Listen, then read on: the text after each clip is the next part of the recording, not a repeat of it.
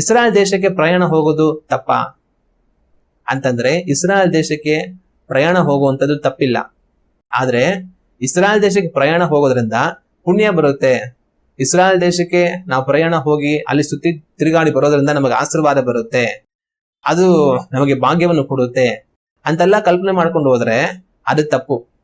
ಇಸ್ರಾಯೇಲ್ ದೇಶಕ್ಕೆ ಪ್ರಯಾಣ ಮಾಡೋದ್ರಿಂದ ಯಾವ ಪುಣ್ಯ, ಭಾಗ್ಯ, ಆಶೀರ್ವಾದ ಏನು ಬರೋದಿಲ್ಲ.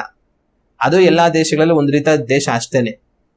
ಆದ್ರೆ ಅಲ್ಲಿ ನಮ್ಮ ಕರ್ತನಾದ ಯೇಸು ಕ್ರಿಸ್ತನು ಮನುಷ್ಯನಾಗಿ ಹುಟ್ಟಿ ಬಂದು ಸೇವೆ ಮಾಡಿದ್ರು. ನಾವು ಸತ್ಯವೇದವನ್ನು ಓದುವಾಗ ಆದಿಕಾಂಡದಿಂದ ಹಿಡಿದು ಪ್ರಕಟಣೆವರೆಗೂ ನಡೆದಿರುವಂತ ಘಟನೆಗಳೆಲ್ಲ ಆ ಒಂದು ಇಸ್ರಾಯೇಲ್ ದೇಶ ಸುತ್ತಮುತ್ತಲಿರುವಂತಹ ದೇಶಗಳಲ್ಲಿ ನಡೆದಿದೆ. ಆಗ ಆ ದೇಶಕ್ಕೆ ಹೋಗಿ ಅಲ್ಲಿರುವಂತಹ ಸ್ಥಳಗಳನ್ನೆಲ್ಲ ನೋಡೋದ್ರಲ್ಲಿ ತಪ್ಪೇನಿಲ್ಲ. ಅದನ್ನ ನೋಡುವಾಗ ನಾವು ಸತ್ಯವೇದ ತಗೊಂಡು ಓದಿರ್ತೇವೆ, ಎಲ್ಲಾ ಕಾರ್ಯಗಳು ಓದಿರ್ತೇವೆ.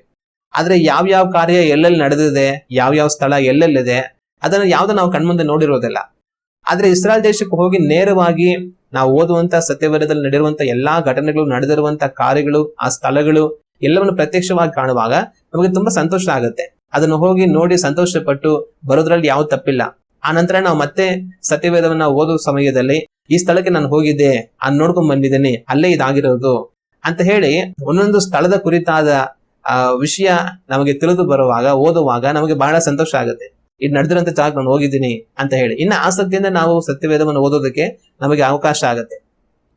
ಆಗ ಸತ್ಯವೇದದಲ್ಲಿರುವಂತ ಘಟನೆಗಳು ನಡೆದಿರುವಂತ ಒಂದು ಸ್ಥಳ, ಅದನ್ನ ಹೋಗಿ ನಾನು ನೋಡಿ ಬರ್ತೀನಿ ಅಂತ ಹೋಗಿ ನೋಡಿ ಬರೋದ್ರಲ್ಲಿ ಯಾವ ತಪ್ಪು ಇಲ್ಲ. ಆದ್ರೆ ಹೋಗಿ ಬರೋದ್ರಿಂದ ಯಾವ ಪುಣ್ಯ ಆಗ್ಲಿ, ಭಾಗ್ಯ ಆಗ್ಲಿ ಏನು ಕೂಡ ಬರೋದಿಲ್ಲ. ಆದ್ರೆ ಏನೋ ಪುಣ್ಯ ಬರುತ್ತೆ, ಏನೋ ಭಾಗ್ಯ ಬರುತ್ತೆ, ಏನೋ ಆಶೀರ್ವಾದ ಬರುತ್ತೆ ಇಸ್ರಾಯೇಲ್ ದೇಶಕ್ಕೆ ಹೋದ್ರೆ ಅಂತ ಅನ್ಕೊಂಡು ಹೋಗುವಂತದ್ದು ತಪ್ಪು. ಆದ್ರೆ ಸತ್ಯವೇದದಲ್ಲಿರುವಂತ ನಡೆದಿರುವಂತ ಘಟನೆಗಳು ನಡೆದಿರುವಂತ ಒಂದು ಸ್ಥಳ, ಅದನ್ನೆಲ್ಲ ನಾನು ಹೋಗಿ ಕಣ್ಮುಂದೆ ನೋಡಿ ಬರ್ತೇನೆ ಅಂತ ಹೇಳಿ ಅದನ್ನ ಹೋಗಿ ನೋಡಿ ಬರೋದ್ರಲ್ಲಿ ಯಾವ ತಪ್ಪು ಇಲ್ಲ. ಮತ್ತೆ ಇಸ್ರಾಯೇಲ್ ದೇಶಕ್ಕೆ ನಾನು ಹೋಗೋದೇ ನನ್ನ ಕನಸು, ನನ್ನ ಜೀವನದಲ್ಲಿ ಒಂದ್ಸಲಿನಾದ್ರೂ ನಾನು ಇಸ್ರಾಯೇಲ್ ದೇಶಕ್ಕೆ ಹೋಗ್ಬಿಡ್ಬೇಕು, ಅದೊಂದು ಪುಣ್ಯ ದೇಶ, ಅದನ್ನ ನೋಡಿ ನಾನು ಬಂದ್ಬಿಡ್ಬೇಕು, ಆ ದೇಶದ ಮೇಲೆ ನಾನು ಒಂದ್ಸಲಿ ನಡೆದಾಡ್ಬಿಡ್ಬೇಕು ಅನ್ನೋ ಕಲ್ಪನೆ ಎಲ್ಲ ನಮ್ಗೆ ಇರಬಾರ್ದು. ಅಲ್ಲಿ ಹೋಗಿ ಬರೋದ್ರಿಂದ ಯಾವ್ದು ಪುಣ್ಯ ಇಲ್ಲ, ಅದು ನಮ್ಮ ಒಂದು ಕನಸು ಕೂಡ ಆಗ್ಬಾರ್ದು. ಅದಕ್ಕೋಸ್ಕರ ದುಡ್ಡು ಶೇಖರಣೆ ಮಾಡಿ, ಸಾಲ ಮಾಡಿ ತಗೊಂಡು ಹೋಗಿ ನೋಡ್ಕೊಂಡ್ ಬಂದ್ಬಿಡೋಣ, ಆಮೇಲೆ ಸಾಲ ತೀರ್ಸ್ಕೊಳ್ಳೋಣ, ಈ ತರ ಕೆಲಸ ಎಲ್ಲ ಮಾಡಬಾರ್ದು. ನಮಗೆ ಭಾಗ್ಯವಂತವಾದ ದೇಶ ಯಾವುದು ಅಂದ್ರೆ ಪರಮ ಯೆರೂಸಲೇಮ್. ದೇವರು ಕಡೆಯಲ್ಲಿ ಹೊಸ ಆಕಾಶ, ಹೊಸ ಭೂಮಿ ಮತ್ತೆ ಹೊಸ ಯೆರೂಸಲೇಮ್ ಪಟ್ಟಣವನ್ನ ಪ್ರಕಟಣೆ ಪುಸ್ತಕದ ಕಡೆಯಲ್ಲಿ ದೇವರು ಉಂಟು ಮಾಡ್ತಾರೆ. ಆ ಹೊಸ ಆಕಾಶ, ಹೊಸ ಭೂಮಿ, ಅಲ್ಲಿ ಬರುವಂತ ಪರಿಶುದ್ಧವಾದ ಹೊಸ ಯೆರೂಸಲೇಮ್ ನಗರ, ಅಲ್ಲಿ ಸೇರ್ಬೇಕಾಗಿರುವಂತದ್ದು ನಮಗೆ ಭಾಗ್ಯ. ಅದು ನಾವು ಸೇರ್ಬೇಕಾಗಿರುವಂತ ಸ್ಥಳ. ಅಲ್ಲಿಗೆ ಹೋಗೋದು ಮಾತ್ರನೇ ನಮ್ಮ ದರ್ಶನ. ಅಲ್ಲಿಗೆ ಹೋಗ್ಬೇಕಂದ್ರೆ ಏನ್ ಮಾಡ್ಬೇಕು? ನಾವು ಪರಿಶುದ್ಧರಾಗಿ ಜೀವಿಸಬೇಕು, ಎಲ್ಲಾ ಪಾಪಗಳನ್ನು ಮನೆ ತೆರೆಗಬೇಕು, ದೇವರನ್ನ ಭಯಭಕ್ತಿಯಿಂದ ಸೇವಿಸಬೇಕು, ದೇವರ ಚಿತ್ತಕ್ಕೆ ನಮ್ಮ ಒಪ್ಪಿಸಿಕೊಂಡು ನಾವು ಬದುಕಬೇಕು. ಈ ರೀತಿ ಬದುಕುವಾಗ ನಾವು ಅಲ್ಲಿ ಸೇರಿಸಲ್ಪಡ್ತೇವೆ. ಆದ್ರೆ ಇಸ್ರಾಯೇಲ್ ದೇಶಕ್ಕೆ ನಾವು ಹೋಗೋದಕ್ಕೆ ಏನ್ ಮಾಡಬೇಕು? ಇಸ್ರಾಯೇಲ್ ದೇಶಕ್ಕೆ ಹೋಗೋದಕ್ಕೋಸ್ಕರ ನಮ್ಮ ಹತ್ರ ದುಡ್ಡಿದ್ರೆ ಸಾಕು. ಆಗ ಇಸ್ರಾಯೇಲ್ ದೇಶಕ್ಕೆ ಹೋಗೋದು ನಮಗೆ ಭಾಗ್ಯ ಅಲ್ಲ, ಅಲ್ಲಿಗೆ ಹೋಗ್ಬೇಕು ಅನ್ನೋದೇ ನನ್ನ ಉದ್ದೇಶ, ಅದನ್ನೊಂದ್ಸರಿ ನೋಡ್ಲೇ ಬಿಡ್ಬೇಕು ಅನ್ನೋದೇ ನನ್ನ ಆಸೆ. ಇದೆಲ್ಲ ಸರಿಯಾದ ಕಾರ್ಯ ಅಲ್ಲ. ಪರಲೋಕಕ್ಕೆ ಹೋಗ್ಬೇಕು, ನಿತ್ಯ ಜೀವನ ಪಡೆಯಬೇಕು, ದೇವರೊಟ್ಟಿಗೆ ನಾನು ಇರಬೇಕು, ಹೊಸ ಆಕಾಶ, ಹೊಸ ಭೂಲೋಕ, ಹೊಸ ಯೆರೂಸಲೇಮ್ ದೇವರು ಉಂಟು ಮಾಡುವಾಗ ಅಲ್ಲಿ ನನಗೊಂದು ಸ್ಥಳ ಇರಬೇಕು, ಆ ಪರಿಶುದ್ಧ ಪಟ್ಟಣವನ್ನು ಸೇರಬೇಕು. ಅದೇ ನನ್ನ ಕನಸು, ಅದೇ ನನ್ನ ಧ್ಯೇಯ. ಅದಕ್ಕೋಸ್ಕರ ನಾನು ಪರಿಶುದ್ಧನಾಗಿ ಜೀವಿಸ್ತೇನೆ, ದೇವರ ವಾಕ್ಯವನ್ನು ಕೈಗೊಂಡು ನಡೀತೇನೆ ಅಂತ ಹೇಳಿ ನಾವು ಬದುಕಬೇಕು. ಇಸ್ರಾಯೇಲ್ ದೇಶಕ್ಕೆ ಹೋದ್ರೆ ನಾವು ಪರಿಶುದ್ಧರಾಗಿ ಬದುಕಬೇಕನ್ನ ಅಗತ್ಯ ಇಲ್ಲ. ಇಸ್ರಾಯೇಲ್ ದೇಶಕ್ಕೆ ಹೋಗೋದಕ್ಕೆ ನಾವು ವಾಕ್ಯವನ್ನು ಕೈಗೊಂಡು ಬದುಕಬೇಕನ್ನ ಅಗತ್ಯ ಇಲ್ಲ. ದುಡ್ಡಿದ್ರೆ ಹೋಗಿ ಬರ್ಬಿಡ್ಬೋದು, ಇಲ್ಲ ಸಾಲ ಮಾಡಿ ಬೇಕಾದ್ರೆ ಹೋಗ್ಬಿಡ್ಬೋದು. ಅದು ಮುಖ್ಯ ಅಲ್ಲ, ಪರಲೋಕ ರಾಜ್ಯಕ್ಕೆ ಹೋಗೋದು ಮುಖ್ಯ. ಆದ್ರೆ ನಮ್ಮ ಹತ್ರ ಬೇಕಾದಷ್ಟು ದುಡ್ಡಿದೆ, ನಮ್ಮನ್ನು ಹೋಗಿ ಕರ್ಕೊಂಡ್ ಬಂದು ತೋರಿಸುವಂತವ್ರು ಇದ್ದಾರೆ ಅಂತಂದ್ರೆ ನಾವು ಹೋಗಿ ನೋಡಿ ಬಂದು ಸಂತೋಷ ಪಡೋದ್ರಲ್ಲಿ ಯಾವ ತಪ್ಪು ಇಲ್ಲ. ಆದ್ರೆ ಅದರಿಂದ ಆತ್ಮೀಯವಾದ ಯಾವ ಪ್ರಯೋಜನ ಕೂಡ ಇಲ್ಲ. ಅದನ್ನ ನಾವು ಜ್ಞಾಪಕದಲ್ಲಿ ಇಟ್ಕೊಂಡಿರ್ಬೇಕು. ಮತ್ತೆ ಇನ್ನು ಏನಂದ್ರೆ ಪ್ರೇಯರ್ ಶಾಲ್. ಈ ಇಸ್ರಾಯೇಲ್ ಜನಗಳು ಏನ್ ಮಾಡ್ತಾರೆ, ಪ್ರಾರ್ಥನೆ ಮಾಡೋ ಸಮಯದಲ್ಲಿ ಅವರು ಪ್ರೇಯರ್ ಶಾಲ್ನ ಹಾಕೊಂಡು ಅವ್ರು ಪ್ರಾರ್ಥನೆ ಮಾಡ್ತಾರೆ. ಒಂದು ಬಟ್ಟೆ ರೀತಿಯಲ್ಲಿ ಅವರು ಹಾಕೊಂಡು ಅವರು ಪ್ರಾರ್ಥನೆ ಮಾಡ್ತಾರೆ. ಇದು ಇಸ್ರಾಯೇಲ್ ಜನಗಳ ಒಂದು ವಾಡಿಕೆ. ಈ ಇಸ್ರಾಯೇಲ್ ದೇಶಕ್ಕೆ ಹೋಗಿ ಬರುವಂತವ್ರು ಕೆಲವರು ಏನ್ ಮಾಡ್ತಾರೆ, ಅಲ್ಲಿ ತರ ಪ್ರೇಯರ್ ಶಾಲ್ಗಳು ಮಾರ್ತಾ ಇರ್ತಾರೆ. ಅದನ್ನೆಲ್ಲ ತಗೊಂಡ್ಬಂದ್ಬಿಡ್ತಾರೆ. ಅದನ್ನೆಲ್ಲ ತಗೊಂಡ್ಬಂದ್ಬಿಟ್ಟು ನಾವು ಈ ಪ್ರೇಯರ್ ಶಾಲ್ ಹಾಕೊಂಡು ಅವ್ರ ತರನೇ ಪ್ರಾರ್ಥನೆ ಮಾಡ್ಬೇಕು ಅಂತೆಲ್ಲ ಹೇಳ್ತಾ ಇರ್ತಾರೆ. ಅದು ತಪ್ಪು. ಇಸ್ರಾಯೇಲ್ ಜನಗಳ ತರ ನಾವು ಪ್ರೇಯರ್ ಶಾಲ್ ಹಾಕೊಂಡು ಪ್ರಾರ್ಥನೆ ಮಾಡ್ಬೇಕಂತೇನಿಲ್ಲ. ಯೇಸು ಕ್ರಿಸ್ತನ ಹೆಸರಿನಲ್ಲಿ ತಂದೆಯಾದ ದೇವರನ್ನ ನೋಡಿ ಪರಿಶುದ್ಧ ಆತ್ಮರ ಪ್ರೇರೇಪಣೆಯಿಂದ ದೇವರ ಚಿತ್ತಾನುಸಾರವಾಗಿ ಅವರನ್ನ ನೋಡಿ ನಾವು ಪ್ರಾರ್ಥನೆ ಮಾಡಬೇಕು. ಅದು ಬಿಟ್ಟು ನಾವು ಶಾಲಾ ಹಾಕೊಂಡು ಪ್ರಾರ್ಥನೆ ಮಾಡಬೇಕು ಅದರೆಲ್ಲ ಏನು ಇಲ್ಲ. ಯೇಸು ಸ್ವಾಮಿ ಹೇಳಿದೆಲ್ಲ ಒಂದೇ ಮಾತು, ನೀನು ಪ್ರಾರ್ಥನೆ ಮಾಡುವಾಗ ನಿನ್ನ ಒಳಕೋಣೆಗೆ ಹೋಗಿ ನೀನು ಕೋಣೆಯ ಬಾಗಿಲನ್ನ ಮುಚ್ಚಿ ಅಲ್ಲಿ ಕೋಣೆಯಲ್ಲಿ ನಿನ್ನ ಅಂತರಂಗವನ್ನು ನೋಡುವಂತ ದೇವರನ್ನ ನೋಡಿ ಪ್ರಾರ್ಥನೆ ಮಾಡು ಅಂತ ಮಾತ್ರನೇ ಹೇಳಿದ್ರು. ಶಾಲಾ ಹಾಕೊಂಡು ಪ್ರಾರ್ಥನೆ ಮಾಡಿ ಎಲ್ರು ಅಂತ ಹೇಳಿಲ್ಲ. ನನ್ನ ನಾಮದಲ್ಲಿ ಕೇಳಿ ಅಂತ ಹೇಳಿದ್ರು. ಮತ್ತೆ ಬೇರೆ ಏನು ಕೂಡ ಅವರು ಹೇಳಲಿಲ್ಲ. ಅದರಿಂದ ಅದು ಅಗತ್ಯ ಇಲ್ಲ. ಮತ್ತೆ ಇನ್ನು ಕೆಲವರು ಏನ್ ಮಾಡ್ತಾ ಇರ್ತಾರೆ ಅಂದ್ರೆ, ಇಸ್ರಾಯೇಲ್ ದೇಶಕ್ಕೆ ಹೋಗ್ಬಿಟ್ಟು ಇಸ್ರಾಯೇಲ್ ದೇಶದ ಎಣ್ಣೆಯನ್ನು ತಂದ್ಬಿಡ್ತಾರೆ. ಒಲಿವ ಎಣ್ಣೆನ ಅಲ್ಲಿ ಮಾರ್ತಾರೆ. ಈ ಒಲಿವ ಎಣ್ಣೆಯನ್ನ ಅಲ್ಲಿಂದ ತಂದ್ಬಿಡ್ತಾರೆ. ತಂದ್ಬಿಟ್ಟು ಇದು ಇಸ್ರಾಯೇಲ್ ದೇಶದಿಂದ ತಂದಿದ್ದ ಎಣ್ಣೆ, ಇಸ್ರಾಯೇಲ್ ದೇಶದಿಂದ ತಂದಿದ್ದ ಎಣ್ಣೆ, ಇದನ್ನ ಉಪಯೋಗಿಸಿ ಅಂತ ಹೇಳಿ ಪ್ರಾರ್ಥನೆ ಮಾಡಿ ಎಲ್ಲರಿಗೂ ಹಚ್ಚಿ, ಇದನ್ನ ಹಚ್ಕೊಂಡ್ರೆ ಏನೋ ದೊಡ್ಡ ಅದ್ಭುತ ಆಗ್ಬಿಡುತ್ತೆ, ಇದು ದೇವರಿಗೆ ತುಂಬಾ ಇಷ್ಟವಾಗಿರುವಂತ ಎಣ್ಣೆ, ಇಸ್ರಾಯೇಲ್ ದೇಶದ ಎಣ್ಣೆ ಅನ್ನೋ ತರ ಅವ್ರು ಮಾಡ್ತಾ ಇರ್ತಾರೆ. ಆದ್ರೆ ಇಸ್ರಾಯೇಲ್ ದೇಶದಿಂದ ತಂದಂತ ಎಣ್ಣೆ ಭಾಗ್ಯವಂತವಾದ ಎಣ್ಣೆನ? ಇಸ್ರಾಯೇಲ್ ದೇಶದಿಂದ ತಂದಂತ ಎಣ್ಣೆಯಲ್ಲಿ ದೇವರ ಮಹಿಮೆ ಪ್ರಕಟ ಆಗುತ್ತಾ? ಇಸ್ರಾಯೇಲ್ ದೇಶದಿಂದ ತಂದ ಎಣ್ಣೆ ಹಚ್ಚಿಕೊಂಡ ಮಾತ್ರಕ್ಕೆ ಅದರಲ್ಲೇನೋ ಬೇರೆ ಶ್ರೇಷ್ಠತ್ವ ಇದೆಯಾ? ಯಾವುದೂ ಇಲ್ಲ. ಇಸ್ರಾಯೇಲ್ ದೇಶದ ಎಣ್ಣೆನೂ ಸಹ ಒಂದೇ, ಭಾರತ ದೇಶದಲ್ಲಿ ಸಿಗುವಂತ ಎಣ್ಣೆ ಒಂದೇ, ಯಾವ ದೇಶದಲ್ಲಿ ಸಿಗುವಂತ ಎಣ್ಣೆ ಕೂಡ ಒಂದನೇ. ಅದ್ರಲ್ಲಿ ಯಾವ ವ್ಯತ್ಯಾಸ ಕೂಡ ಇಲ್ಲ. ಎಲ್ಲಾ ಮರಗಳನ್ನ ದೇವರು ಉಂಟು ಮಾಡಿರೋದು. ದೇವರು ಉಂಟು ಮಾಡಿರುವಂತ ಮರದಿಂದಾನೇ ಬೇರೆ ಬೇರೆ ಮರಗಳಿಂದ ಬೇರೆ ಬೇರೆ ತರ ಎಣ್ಣೆ ತೆಗಿತಾರೆ. ಅವರಿರುವಂತ ದೇಶದಲ್ಲಿ ಯಾವ ಮರ ಇರುತ್ತೋ ಆಯಾ ಮರಗಳಿಂದ ಎಣ್ಣೆ ತೆಗೆದು ಉಪಯೋಗಿಸ್ತಾರೆ. ಅದ್ರಲ್ಲಿ ಯಾವ ವ್ಯತ್ಯಾಸ ಇಲ್ಲ. ಆದ್ರೆ ಅಲ್ಲಿ ಹೋಗಿ ಅಲ್ಲಿಂದ ತಂದಂತ ಒಲಿವ ಎಣ್ಣೆಯಲ್ಲೇ ಏನೋ ದೇವರಿಗೆ ತುಂಬಾ ಪ್ರಿಯ, ಅದರಿಂದ ಹಚ್ಕೊಂಡ್ಬಿಟ್ರೆ ದೇವ್ರು ಏನೋ ದೊಡ್ಡ ಕಾರ್ಯ ನಾವು ಮಾಡ್ತಾರೆ, ಇದೆಲ್ಲ ತಪ್ಪು. ಆತರ ಎಲ್ಲ ನಾವು ಮಾಡಬಾರ್ದು. ದೇವರ ವಾಕ್ಯದಲ್ಲಿ ಎಣ್ಣೆಯನ್ನ ಹಚ್ಚಿ ಪ್ರಾರ್ಥನೆ ಮಾಡಿದ್ರು ಅಂತ ಇದೆ. ಅಪೊಸ್ತಲರು ಹೊರಟು ಹೋಗಿ ಎಣ್ಣೆಯನ್ನ ಹಚ್ಚಿ ಪ್ರಾರ್ಥನೆ ಮಾಡಿ ಅವರನ್ನು ವಾಸಿ ಮಾಡಿದ್ರು ಅಂತ ಇದೆ. ಆಗ ಎಣ್ಣೆ ಹಚ್ಚೋದಕ್ಕೆ ಕಾರಣ ಏನು? ಎಣ್ಣೆ ಹಚ್ಚೋದಕ್ಕೆ ಕಾರಣ ಏನು ಅಂತಂದ್ರೆ, ಆ ದಿನಗಳಲ್ಲಿ ಎಣ್ಣೆಯನ್ನ ಒಂದು ಔಷಧಿಯಾಗಿ ಉಪಯೋಗಿಸ್ತಾ ಇದ್ರು. ಈಗ ನೋಡಿ, ನಾವು ವಾಸ ಮಾಡುವಂತ ನಮ್ಮ ಈ ಕಾಲದಲ್ಲಿ ನಮಗೆ ವಿಜ್ಞಾನ ಬಹಳ ಮುಂದುವರೆದಿದೆ. ಬಹಳ ಮುಂದುವರೆದು ಬಹಳಷ್ಟು ಔಷಧಿಗಳನ್ನ ಕಂಡು ಹಿಡಿದಿದ್ದಾರೆ. ನಾವು ಸಹ ನಮ್ಮ ದೈನಂದಿನ ಜೀವಿತದಲ್ಲಿ ಬಹಳಷ್ಟು ಔಷಧಿಗಳನ್ನ ಉಪಯೋಗಿಸ್ತಾ ಇರ್ತೀವಿ. ಮಾತ್ರೆಗಳನ್ನ ಹಾಕೊಳ್ತಾ ಇರ್ತೇವೆ, ಔಷಧಿಗಳನ್ನ ಕುಡಿತಾ ಇರ್ತೇವೆ, ಮತ್ತೆ ಮೈಕೈ ನೋವು ಬಂತು, ಮೂಳೆ ನೋವು ಬಂತು ಅಂತ ಆಯಿಂಟ್ಮೆಂಟ್ ಹಚ್ಕೊಂತಾ ಇರ್ತೇವೆ, ಬಹಳಷ್ಟು ಉಪಯೋಗಿಸ್ತೇವೆ. ಆದ್ರೆ ಇವೆಲ್ಲ ಕೆಲವು 100 ವರ್ಷಗಳಿಂದ ಮಾತ್ರನೇ ಬಂದಿರುವಂತದ್ದು. ಆದ್ರೆ ಅದಕ್ಕೆ ಮೊದಲು ಇಂಥ ಯಾವುದೇ ಔಷಧಿಗಳು ಇರಲಿಲ್ಲ. ಹಿಂದಿನ ಕಾಲದಲ್ಲಿ ಇದ್ದಂತವರು ನೈಸರ್ಗಿಕವಾದ ಔಷಧಿಗಳನ್ನ ಉಪಯೋಗಿಸ್ತಾ ಇದ್ರು. ಮರಗಳಲ್ಲಿರುವಂತ ಎಲೆಗಳನ್ನ ತೆಗೆದು ಆ ಎಲೆಗಳನ್ನೆಲ್ಲ ಅವರು ರುಬ್ಬಿ ಅದನ್ನ ರಸ ತೆಗೆದು ಅದನ್ನ ಹಾಕೋದು, ಎಲೆಗಳನ್ನ ಕಟ್ಟುವಂತದ್ದು. ಕೆಲವೊಂದು ಹಣ್ಣುಗಳಲ್ಲಿ ಔಷಧಿ ಗುಣಗಳಿದೆ, ಆ ಹಣ್ಣುಗಳನ್ನ ಉಪಯೋಗಿಸಿ ಔಷಧಿಗಳನ್ನು ಮಾಡುವಂತದ್ದು. ಈ ತರ ಕೆಲವು ಮರದಿಂದ ಎಣ್ಣೆ ತೆಗೆದು ಆ ಎಣ್ಣೆಯಿಂದ ಔಷಧಿನ ಮಾಡಿ ಔಷಧಿ ರೀತಿಯಲ್ಲಿ ಅದನ್ನು ಉಪಯೋಗಿಸೋದು, ಈ ರೀತಿ ಕೆಲಸಗಳನ್ನೆಲ್ಲ ಮಾಡ್ತಾ ಇದ್ರು. ಆಗ ಅಪೊಸ್ತಲರು ಹೋಗಿ ಎಣ್ಣೆ ಹಚ್ಚಿ ಪ್ರಾರ್ಥನೆ ಮಾಡಿದರು. ಅದಕ್ಕೆ ಅರ್ಥ ಏನಂತಂದ್ರೆ, ಅವರು ಔಷಧಿಯಾಗಿ ಅದನ್ನು ಉಪಯೋಗಿಸಿದ್ರು. ಇವತ್ತು ಯಾರಿಗೋ ಜ್ವರ ಇತ್ತು ಅಂತ ಅನ್ಕೊಳ್ಳೋಣ, ಸೇವಕನ ಯಾರೋ ಕರೀತಾರೆ, ಪ್ರಾರ್ಥನೆ ಮಾಡಿ ಬಂದು ಜ್ವರ ಇದೆ ಗುಣ ಆಗ್ಬೇಕಂತೇಳಿ. ಆಗ ಸೇವಕ ಏನ್ ಮಾಡ್ತಾರೆ, ಒಂದು ಜ್ವರ ವಾಸಿ ಆಗುವಂತ ಒಂದು ಮಾತ್ರೆ ತಗೊಂಡು ಅವ್ರ ಮನೆಗೆ ಹೋಗ್ಬಿಟ್ಟು ಮಾತ್ರೆ ಕೊಟ್ಬಿಟ್ಟು, ತಗೊಳ್ಳಿ ಜ್ವರಕ್ಕೆ ಇದು ಚೆನ್ನಾಗಿ ಕೆಲಸ ಮಾಡುತ್ತೆ, ಸರೋಗುತ್ತೆ ಅಂತ ಮಾತ್ರೆ ಕೊಟ್ಬಿಟ್ಟು ಮಾತ್ರೆ ಹಾಕಿಸ್ಬಿಟ್ಟು, ಆಮೇಲೆ ದೇವರೇ ಇವ್ರನ್ನ ಗುಣ ಮಾಡಪ್ಪ ಅಂತ ಪ್ರಾರ್ಥನೆ ಮಾಡಿ ಬಂದ್ರು ಅನ್ನೋ ರೀತಿಯಲ್ಲಿ ಅದ ಅರ್ಥ. ಆಗ ಹೋಗಿ ಎಣ್ಣೆ ಹಚ್ಚಿ ಪ್ರಾರ್ಥನೆ ಮಾಡಿ ಬಂದ್ರು ಅಂದ್ರೆ ಔಷಧಿನೂ ಮಾಡಿ ಪ್ರಾರ್ಥನೆನೂ ಮಾಡಿ ಬಂದ್ರು ಅಂತ. ಔಷಧಿ ನಾವು ತಗೊಳ್ಳೋದು ಪಾಪನ ಅಂತಂದ್ರೆ ಔಷಧಿಯನ್ನು ತೆಗೆದುಕೊಳ್ಳುವಂಥದ್ದು ಪಾಪ ಅಲ್ಲ. ನಾವು ದೇವರನ್ನ ನೋಡಿ ಪ್ರಾರ್ಥನೆ ಮಾಡಿ ನಮ್ಮ ಅನಾರೋಗ್ಯಕ್ಕೆ ತಕ್ಕಂತ ಔಷಧಿಗಳನ್ನ ತಗೊಳ್ಬಹುದು. ಔಷಧಿಯಿಂದ ಗುಣ ಆಗೋಗಿದ್ರೆ ದೇವರು ಔಷಧಿಯಿಂದ ಗುಣ ಮಾಡ್ತಾರೆ. ಔಷಧಿಯಿಂದ ಗುಣ ಆಗೋದಿಲ್ಲ ಅಂತದನ್ನ ದೇವರೇ ಗುಣ ಮಾಡ್ತಾರೆ.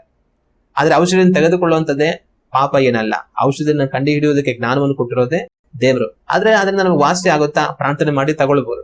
ವಾಸಿ ಆಗೋದಿಲ್ವಾ? ತಗೊಂಡು ಪ್ರಯೋಜನ ಇಲ್ಲ. ದೇವರನ್ನ ನೀನೇ ಗುಣ ಮಾಡಪ್ಪ ಅಂತ ದೇವರು ನೋಡಿ ಪ್ರಾರ್ಥನೆ ಮಾಡ್ಬೇಕಷ್ಟೇನೆ. ಆ ರೀತಿ ಶಿಷ್ಯಂದರು ಹೋಗಿ ಎಣ್ಣೆ ಹಚ್ಚಿ ಪ್ರಾರ್ಥನೆ ಮಾಡಿ ಬರುವಾಗ ಅದಕ್ಕೆ ಅರ್ಥ ಅವರು ಔಷಧಿ ಮಾಡಿ ಎಣ್ಣೆ ಹಚ್ಚಿ ಬಂದ್ರು ಅಂತ. ಇವತ್ತು ಸಹ ನಾವು ಹಲವಾರು ವಿಷಯಗಳಿಗೆ ಎಣ್ಣೆ ಬಳಸ್ತೀವಿ. ನಾವು ತಲೆಗೆ ಎಣ್ಣೆ ಇಟ್ಕೊಳ್ತೇವೆ. ಏನಕ್ಕೋಸ್ಕರ? ಅದು ಕಣ್ಣಿಗೆ ಒಳ್ಳೇದು, ಕಣ್ಣು ತಂಪಾಗತ್ತೆ, ಮತ್ತೆ ತಲೆಗೂ ಅದು ಒಳ್ಳೇದು ಅಂತೆಲ್ಲ ತಲೆಗೆ ಇವತ್ತು ಸಹ ನಾವು ಎಣ್ಣೆಗಳನ್ನು ಉಪಯೋಗಿಸ್ತೇವೆ. ಮತ್ತೆ ನಮ್ ಕಡೆ ಯಾರಿಗಾದ್ರೂ ಕಾಲು ಉಳುಕ್ಬಿಟ್ರೆ ಇಲ್ಲ ಕೈ ಉಳುಕ್ಬಿಟ್ರೆ ಎಣ್ಣೆ ಹಚ್ತಾರೆ. ಎಣ್ಣೆ ಹಚ್ಬಿಟ್ಟು ಅದನ್ನ ಚೆನ್ನಾಗಿ ನೀವ್ತಾರೆ. ಆಗ ಅದು ಸರಿಯಾಗಿ ಎಣ್ಣೆ ಇರೋದ್ರಿಂದ ಆ ಒಂದು ಒಳಗಡೆ ಉಳುಕಿರುವಂತದ್ದು ತಿರುಗೋದಕ್ಕೆ ಒಂದು ಅವಕಾಶ ಇರುತ್ತೆ ಅಂತ ಹೇಳಿ ಎಣ್ಣೆ ಹಚ್ಚಿ ಅದನ್ನ ನೀವ್ತಾರೆ. ಇದ್ರೆ ನಾವು ಕೆಲವೊಂದ್ಸಲ ಎಣ್ಣೆನ ಔಷಧಿಗೆ ಉಪಯೋಗಿಸ್ತೇವೆ. ಕೆಲವೊಂದು ವಿಷಯಗಳಿಗೆ ಕೆಲವೊಂದ್ಸಲ ಎಣ್ಣೆಯನ್ನ ನೀರಲ್ಲಿ ಹಾಕೊಂಡು ಕುಡಿತಾರೆ, ಹೊಟ್ಟೆ ಎಲ್ಲ ಒಳಗಡೆ ಶುದ್ಧಿ ಆಗ್ಲಿ ಅಂತ ಅಂದ್ಬಿಟ್ಟು. ಆಗ ಎಣ್ಣೆಯಲ್ಲಿ ಔಷಧಿಯ ಗುಣ ಇದೆ. ಅದಕ್ಕೋಸ್ಕರ ಅದನ್ನ ನಾವು ಅಡಿಗೆಲು ಉಪಯೋಗಿಸ್ತೀವಿ. ಮತ್ತೆ ನಮ್ಮ ಕೆಲವೊಂದ್ಸಲಿ ತಲೆಗೆ, ಕೈ ಕಾಲಿಗೆ ಕುಡಿಯೋದಕ್ಕೂ ಸಹ ಉಪಯೋಗಿಸ್ತೇವೆ. ಇದೇ ತರನೇ ಆ ಕಾಲಗಳೆಲ್ಲ ಯಾವುದೇ ಔಷಧಿಗಳು ಇರಲಿಲ್ಲ. ಆಗ ಇಸ್ರಾಯೇಲ್ ಜನಗಳು ಏನ್ ಮಾಡೋರು, ಎಣ್ಣೆಯನ್ನು ಔಷಧಿಯಾಗಿ ಉಪಯೋಗಿಸೋರು. ಅದರಿಂದನೇ ಅಪೊಸ್ತಲರು ಎಣ್ಣೆ ಹಚ್ಚಿ ಪ್ರಾರ್ಥನೆ ಮಾಡಿ ಬಂದ್ರು. ಅದಕ್ಕೆ ಬೇರೆ ಏನು ಅರ್ಥ ಇಲ್ಲ, ಒಂದೇ ಅರ್ಥ, ಔಷಧಿ ಕೊಟ್ಟು ಪ್ರಾರ್ಥನೆ ಮಾಡಿ ಬಂದ್ರು ಅಂತ. ಇದಕ್ಕೆ ಆಧಾರವಾಗಿ ನಾವು ದೇವರ ವಾಕ್ಯವನ್ನು ಓದಿ ನೋಡಿದರೆ, ಯೆಶಾಯನ ಪ್ರವಾದನೆಯ ಪುಸ್ತಕ 1ನೇ ಅಧ್ಯಾಯ 6ನೇ ವಾಕ್ಯವನ್ನ ನಾವು ಓದಿ ನೋಡಿದರೆ, ಅಲ್ಲಿ ದೇವರು ಈ ರೀತಿ ಹೇಳ್ತಾರೆ, ಅಂಗಾಲಿನಿಂದ ನಡು ನೆತ್ತಿಯ ತನಕ ಪೆಟ್ಟು, ಬಾಸುಂಡೆ, ಮಾಗದ ಗಾಯಗಳೇ ಹೊರತು ಏನೂ ಸೌಖ್ಯವಿಲ್ಲ. ಅವನ್ನು ಹಿಸುಕಿ ಮುಚ್ಚಿಲ್ಲ, ಕಟ್ಟಿಲ್ಲ, ಎಣ್ಣೆ ಸವರಿ ಮೃದು ಮಾಡಿಲ್ಲ. ಇಲ್ಲಿ ದೇವರೇನು ಹೇಳ್ತಾರೆ ಇಸ್ರಾಯೇಲ್ ಜನಗಳಿಗೆ, ನೀವು ನನಗೆ ಪಾಪವನ್ನು ಮಾಡಿ ನನ್ನನ್ನು ಬಿಟ್ಟು ಬದುಕಿದ್ರಿಂದ ನಿಮ್ಗೇನಾಗಿದೆ ಅಂದ್ರೆ ತಲೆಯಿಂದ ಕಾಲ್ವರೆಗೂ ಕೂಡ ಪೂರ್ತಿ ನಿಮಗೆ ರೋಗನೆ, ಗಾಯಗಳೇ, ಈ ತರ ಪರಿಸ್ಥಿತಿ ನಿಮಗೆ ಬಂದಿದೆ. ಅವುಗಳನ್ನ ಪೆಟ್ಟು, ಬಾಸುಂಡೆ, ಮಾಗದ ಗಾಯಗಳೇ ಹೊರತು ಏನು ಸೌಖ್ಯ ಇಲ್ಲ. ಅವನು ಹಿಸುಕಿ ಮುಚ್ಚಿಲ್ಲ, ಅಂದ್ರೆ ಕೀವು ಕಟ್ಕೊಂಡಿದ್ರೆ ಗಾಯ ಏನಾದ್ರು ಆಗಿದ್ರೆ ಅದನ್ನ ಹಿಸುಕಿ ಕಿವೆಲ್ಲ ತೆಗೆದು ಅದನ್ನ ಮುಚ್ತಾರೆ ಔಷಧಿ ಹಾಕಿ. ಆತರ ಹಿಸುಕಿ ಅದನ್ನ ಯಾರು ಶುದ್ಧಿ ಮಾಡಿಲ್ಲ, ಕಟ್ಟಿಲ್ಲ, ಎಣ್ಣೆ ಸವರಿಲ್ಲ, ಅಂದ್ರೆ ಅದಕ್ಕೆ ಹಿಸುಕಿ ಅದರಲ್ಲಿರುವಂತ ಕೀವನ್ನೆಲ್ಲ ತೆಗೆದು ಎಣ್ಣೆ ಅದನ್ನ ಸವರಿ ಅದನ್ನ ಕಟ್ತಾರೆ. ಕಟ್ಟಿದಾಗ ಏನಾಗುತ್ತೆ, ಅದು ಮೃದು ಆಗುತ್ತೆ, ಹೋಗ್ತಾ ಹೋಗ್ತಾ ಒಣಕೊಳ್ಳೋದಕ್ಕೆ ಅವಕಾಶ ಇರುತ್ತೆ. ಅದನ್ನ ಯಾರು ಮಾಡಿಲ್ಲ, ಹಂಗಂದ್ರೆ ನಿಮಗೆ ಔಷಧಿ ಮಾಡೋರೇ ಇಲ್ಲ ಅಂತ ಪರಿಸ್ಥಿತಿ ನಿಮಗೆ ಬಂದಿದೆ ಅಂತ ದೇವರು ಹೇಳ್ತಾರೆ. ಆಗ ಇಲ್ಲಿ ಎಣ್ಣೆ ಸವರೋದನ್ನ ದೇವರು ಔಷಧಿ ರೀತಿಯಲ್ಲಿ ಹೇಳೋದನ್ನ ನಾವು ಕಾಣಬಹುದು. ಮತ್ತೆ ಇನ್ನು ಲೂಕನ ಬರೆದಂತ ಸುವಾರ್ತೆ 10ನೇ ಅಧ್ಯಾಯ ವಾಕ್ಯಗಳು 33 ಮತ್ತು 34 ಓದಿ ನೋಡಿದರೆ ಈ ರೀತಿಯಾಗಿದೆ. ಆದರೆ ಒಬ್ಬ ಸಮಾರ್ಯದವನು ಪ್ರಯಾಣ ಮಾಡುತ್ತಾ ಅವನಿದ್ದಲ್ಲಿಗೆ ಬಂದು ಅವನನ್ನು ಕಂಡು ಕನಿಕರಿಸಿ ಅವನ ಹತ್ತಿರಕ್ಕೆ ಹೋಗಿ ಅವನ ಗಾಯಗಳಲ್ಲಿ ಎಣ್ಣೆಯನ್ನು, ದ್ರಾಕ್ಷಾರಸವನ್ನು ಹೊಯ್ದು ಕಟ್ಟಿ ತನ್ನ ಸ್ವಂತ ವಾಹನದ ಮೇಲೆ ಹತ್ತಿಸಿಕೊಂಡು ಛತ್ರಕ್ಕೆ ಕರೆಕೊಂಡು ಹೋಗಿ ಅವನನ್ನ ಆರೈಕೆ ಮಾಡಿದನು. ಇಲ್ಲಿ ಸಮಾರ್ಯದವನು ಒಂದು ದಾರಿಯಲ್ಲಿ ಗಾಯಪಟ್ಟು ಬಿದ್ದು ಹೋಗಿರುವಂತ ಒಂದು ವ್ಯಕ್ತಿಯನ್ನ ನೋಡಿ ತಾನು ಮಾಡುವಂತ ಕೆಲಸ ಏನು ಅಂತಂದ್ರೆ, ಅವನ ಹತ್ತಿರಕ್ಕೆ ಹೋಗಿ ಅವನ ಗಾಯಗಳಲ್ಲಿ ಎಣ್ಣೆಯನ್ನು, ದ್ರಾಕ್ಷಾರಸವನ್ನು, ಆ ಜನಗಳು ಏನ್ ಮಾಡ್ತಾ ಇದ್ರು, ಎಣ್ಣೆಯನ್ನು ಔಷಧಿಯಾಗಿ ಉಪಯೋಗಿಸ್ತಾ ಇದ್ರು, ದ್ರಾಕ್ಷಾರಸವನ್ನು ಸಹ ಅವರು ಔಷಧಿಯಾಗಿ ಉಪಯೋಗಿಸ್ತಾ ಇದ್ರು. ಕೆಲವೊಂದು ಹಣ್ಣುಗಳಲ್ಲೂ ಕೂಡ, ಹಣ್ಣಿನ ರಸದಲ್ಲೂ ಕೂಡ ಔಷಧಿಯ ಗುಣ ಇರುತ್ತೆ. ಹಾಗಾದ್ರೆ ದ್ರಾಕ್ಷಾ ರಸದಲ್ಲೂ ಕೂಡ ಔಷಧಿ ಗುಣ ಇರೋದನ್ನ ಅವ್ರು ಕಂಡುಕೊಂಡಿದ್ದಾರೆ. ಆ ಕಾಲಗಳಲ್ಲಿ ಅವ್ರು ಏನ್ ಮಾಡ್ತಾ ಇದ್ರು, ಎಣ್ಣೆಯನ್ನು ಉಪಯೋಗಿಸ್ತಾ ಇದ್ರು, ದ್ರಾಕ್ಷಾರಸವನ್ನು ಸಹ ಔಷಧಿಯಾಗಿ ಉಪಯೋಗಿಸ್ತಾ ಇದ್ರು. ಆಗ ಅಲ್ಲಿ ಬೀದಿಯಲ್ಲಿ ಬಿದ್ದಿರುವಂತ ಆ ವ್ಯಕ್ತಿಗೆ ಈ ಸಮಾರ್ಯದವನು ಏನ್ ಮಾಡ್ತಾನೆ, ಹೋಗಿ ಅವನ ಗಾಯಗಳನ್ನೆಲ್ಲ ತೊಳೆದು ಎಣ್ಣೆಯನ್ನು ಹುಯ್ದು, ದ್ರಾಕ್ಷಾರಸವನ್ನು ಹುಯ್ದು ಅದನ್ನ ಕಟ್ಟಿ ಆ ನಂತರ ತನ್ನ ವಾಹನದಲ್ಲಿ ಕುಳ್ಳಿರಿಸಿಕೊಂಡು ಛತ್ರಕ್ಕೆ ಕರೆದುಕೊಂಡು ಹೋಗಿ ಅಲ್ಲಿ ಆರೈಕೆ ಮಾಡುವಂತವ್ರ ಹತ್ರ ಉಪಯೋಗಿಸ್ತಾನೆ. ಆಗ ಇಲ್ಲಿ ಈ ಸಮಾರ್ಯದವನು ಅಲ್ಲಿ ಎಣ್ಣೆ ಹುಯ್ಯೋದಕ್ಕೆ, ದ್ರಾಕ್ಷಾರಸವನ್ನ ಆ ಗಾಯಗಳಲ್ಲಿ ಹುಯ್ಯೋದಕ್ಕೆ ಕಾರಣ ಏನಂತಂದ್ರೆ, ಅದನ್ನ ಅವರು ಔಷಧಿಯಾಗಿ ಉಪಯೋಗಿಸ್ತಾ ಇದ್ರು ಆ ಕಾಲದಲ್ಲಿ. ಅದಕ್ಕೋಸ್ಕರ ಸಮಾರ್ಯದವನು ಆ ಕೆಲಸವನ್ನು ಮಾಡ್ತಾನೆ. ಇನ್ನು ಯಾಕೋಬನ ಬರೆದಂತ ಪತ್ರಿಕೆ 5ನೇ ಅಧ್ಯಾಯ 14 ಮತ್ತು 15ನೇ ವಾಕ್ಯವನ್ನ ನಾವು ಓದಿ ನೋಡಿದರೆ ಅಲ್ಲಿ ಯಾಕೋಬನ ಒಂದು ಮಾತು ಹೇಳ್ತಾರೆ, ನಿಮ್ಮಲ್ಲಿ ಬಾಧೆಪಟ್ಟವನು ಇದ್ದಾನೋ ಅವನು ದೇವರನ್ನು ಪ್ರಾರ್ಥಿಸಲಿ, ನಿಮ್ಮಲ್ಲಿ ಸಂತೋಷ ಪಡುವವನಿದ್ದಾನೋ ಅವನು ಕೀರ್ತನೆ ಹಾಡಲಿ, ನಿಮ್ಮಲ್ಲಿ ಅಸ್ವಸ್ಥನಾಗಿರುವವನು ಇದ್ದಾನೋ ಅವನು ಸಭೆಯ ಹಿರಿಯರನ್ನು ಕರೆ ಕಳುಹಿಸಲಿ, ಅವರು ಕರ್ತನ ಹೆಸರಿನಿಂದ ಅವನಿಗೆ ಎಣ್ಣೆ ಹಚ್ಚಿ ಅವನಿಗೋಸ್ಕರ ದೇವರನ್ನು ಪ್ರಾರ್ಥಿಸಲಿ, ನಂಬಿಕೆಯಿಂದ ಮಾಡಿದ ಪ್ರಾರ್ಥನೆಯು ರೋಗಿಯನ್ನು ರಕ್ಷಿಸುವುದು.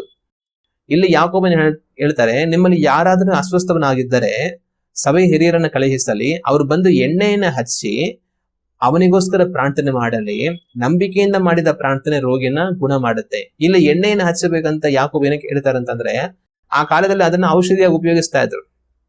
ಒಂದು ವೇಳೆ ಎಣ್ಣೆ ಹಚ್ಚಿ ಗುಣ ಆಗುವಂತ ಯಾವ್ದಾದ್ರು ಒಂದು ಅನಾರೋಗ್ಯದಲ್ಲಿ ತಾನು ಇದ್ರೆ ಅವ್ರು ಬಂದು ಎಣ್ಣೆ ಹಚ್ಚಲಿ, ಔಷಧಿ ಮಾಡ್ಲಿ, ಆಮೇಲೆ ಅವರು ಪ್ರಾರ್ಥನೆ ಕೂಡ ಮಾಡ್ಲಿ. ನಂಬಿಕೆಯಿಂದ ಪ್ರಾರ್ಥನೆ ಮಾಡುವಾಗ ಗುಣ ಆಗುತ್ತೆ. ಯಾವ ನಂಬಿಕೆ? ಎಣ್ಣೆ ಹಚ್ಚಿದೀವಿ ಅದು ಗುಣ ಆಗ್ಬಿಡುತ್ತೆ ಅನ್ನೋ ನಂಬಿಕೆ ಅಲ್ಲ. ಎಣ್ಣೆ ಹಚ್ಚಿ ಮಾಡೋ ಔಷಧಿ ಮಾಡಿ ದೇವರನ್ನ ನೋಡಿ ಪ್ರಾರ್ಥನೆ ಮಾಡಿ, ಸ್ವಾಮಿ ಈ ವ್ಯಕ್ತಿನ ಗುಣ ಮಾಡಪ್ಪ.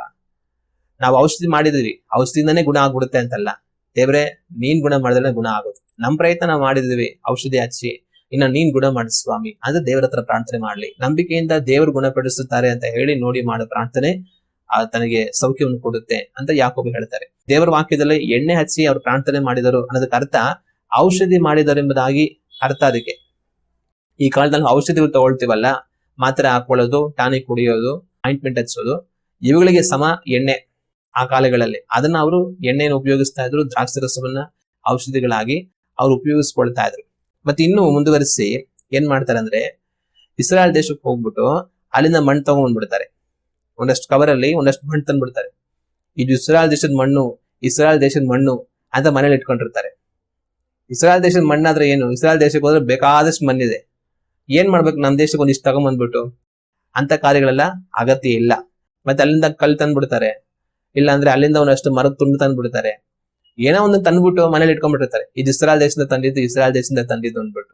ಆದ್ರೆ ಅಂತ ಕಾರ್ಯಗಳನ್ನ ಮನೆ ತಿರುಗಬೇಕು, ಅದು ನಮ್ಮನ್ನ ಒಂದು ತಪ್ಪಾದ ವಿಶ್ವಾಸಕ್ಕೆ ನಡೆಸ್ಬಿಡುತ್ತೆ. ಮತ್ತೆ ಇನ್ನೊಂದ್ ಏನಂತಂದ್ರೆ, ಒಂದ್ ವೇಳೆ ಅಲ್ಲಿ ಹೋದಾಗ ಯಾವ್ದಾದ್ರು ಒಂದು ಗಿಫ್ಟ್ ಐಟಮ್ಸ್ ಮನೆಯಲ್ಲಿ ಶೋಕೇಸ್ ಅಲ್ಲಿ ಇಡೋದಕ್ಕೆ, ಯಾವ್ದಾದ್ರು ನೋಡೋದಕ್ಕೆ ಚೆನ್ನಾಗಿರುವಂತ ಒಂದು ಗಿಫ್ಟ್ ಐಟಮ್ಸ್ ತಗೊಂಡ್ ಬಂದ್ಬೇಕಾದ್ರೆ ನಾವು ಇಟ್ಕೊಳ್ಬಹುದು. ಜ್ಞಾಪಕಾರ್ಥವಾಗಿ ನಾವು ಇಸ್ರಾಯೇಲ್ ದೇಶಕ್ಕೆ ಹೋದಾಗ ತಗೊಂಡ್ ಬಂದ್ವಿ ಅಂತ ಅನ್ಬಿಟ್ಟು ಮನೆಯಲ್ಲಿ ಶೋಕೇಸ್ ಅಲ್ಲಿ ಇಡೋದಕ್ಕೆ ಯಾವ್ದಾದ್ರು ಒಂದು ಗಿಫ್ಟ್ ಐಟಮ್ಸ್ ಇದ್ರೆ ಅದನ್ನ ತಂದು ಇಟ್ಟು ನೋಡಿ ಸಂತೋಷ ಪಡೋದು ತಪ್ಪಿಲ್ಲ. ಇಸ್ರಾಯೇಲ್ ದೇಶಕ್ಕೆ ಹೋದಾಗ ಒಂದು ಗುರುತಿಗೆ ತಂದ್ವಿ ಅಂತ ಅನ್ಬಿಟ್ಟು. ಆದ್ರೆ ಅಲ್ಲೋಗ ಒಂದಷ್ಟು ಮಣ್ಣು ತಂದ್ಬಿಡೋದು, ಒಂದ್ ಕಲ್ ತಂದ್ಬಿಡೋದು, ಒಂದ್ ಮರದ ತುಂಡು ತಂದ್ಬಿಡೋದು, ಇಂಥ ಕೆಲಸ ಎಲ್ಲ ಮಾಡಬಾರ್ದು. ಅದು ನಮ್ಮನ್ನ ತಪ್ಪಾದ ದಾರಿಲಿ ನಡೆಸ್ಬಿಡುತ್ತೆ.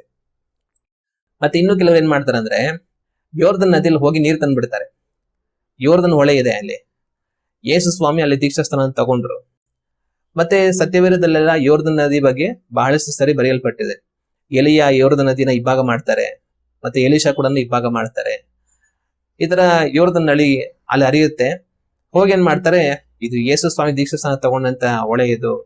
ಮತ್ತೆ ಇಲ್ಲಿ ಎಷ್ಟೋ ದೇವ ಸೇವಕರುಗಳು ಮತ್ತೆ ದೇವ ಜನಗಳು ಈ ನದಿಯಲ್ಲಿ ನೀರು ಕುಡ್ದಿದ್ದಾರೆ, ಇಲ್ಲಿ ಸ್ನಾನ ಮಾಡಿದ್ದಾರೆ, ಇದು ದೇವ್ರ ವಾಕ್ಯದಲ್ಲ ಬರೆಯಲ್ಪಟ್ಟಿದೆ ಅಂತ ಅನ್ಬಿಟ್ಟು ಅಲ್ಲಿಂದ ಒಂದಷ್ಟು ನೀರು ತಂದ್ಬಿಡ್ತಾರೆ ಬಾಟ್ಲಲ್ಲಿ ತಂದ್ಬಿಟ್ಟು, ಇದು ಯೋರ್ದನ್ ನದಿ ನೀರು, ಯೋರ್ದನ್ ನದಿ ನೀರು ಅಂತ ಮನೇಲಿ ಇಟ್ಕೊಂಡಿರ್ತಾರೆ. ಅದು ಭೂಲೋಕದಲ್ಲಿರುವಂತ ಎಲ್ಲಾ ನದಿಗಳ ರೀತಿ ಯೋರ್ದನ್ ನದಿ ಕೂಡ ಒಂದು ಅಷ್ಟೇ, ಅದ್ರಲ್ಲಿ ಬೇರೆ ಹೆಚ್ಚಿನ ವ್ಯತ್ಯಾಸವೇನಿಲ್ಲ.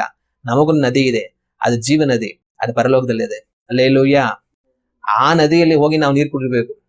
ಅದಕ್ಕೋಸ್ಕರ ನಾವು ದೇವ್ರಿಗೆ ನಾವು ಒಪ್ಪಿಸ್ಕೊಟ್ಟು ಜೀವಿಸಬೇಕು. ಆ ನದಿ ಎಲ್ಲಿ ಸಿಗುತ್ತೆ ನಮ್ಗೆ?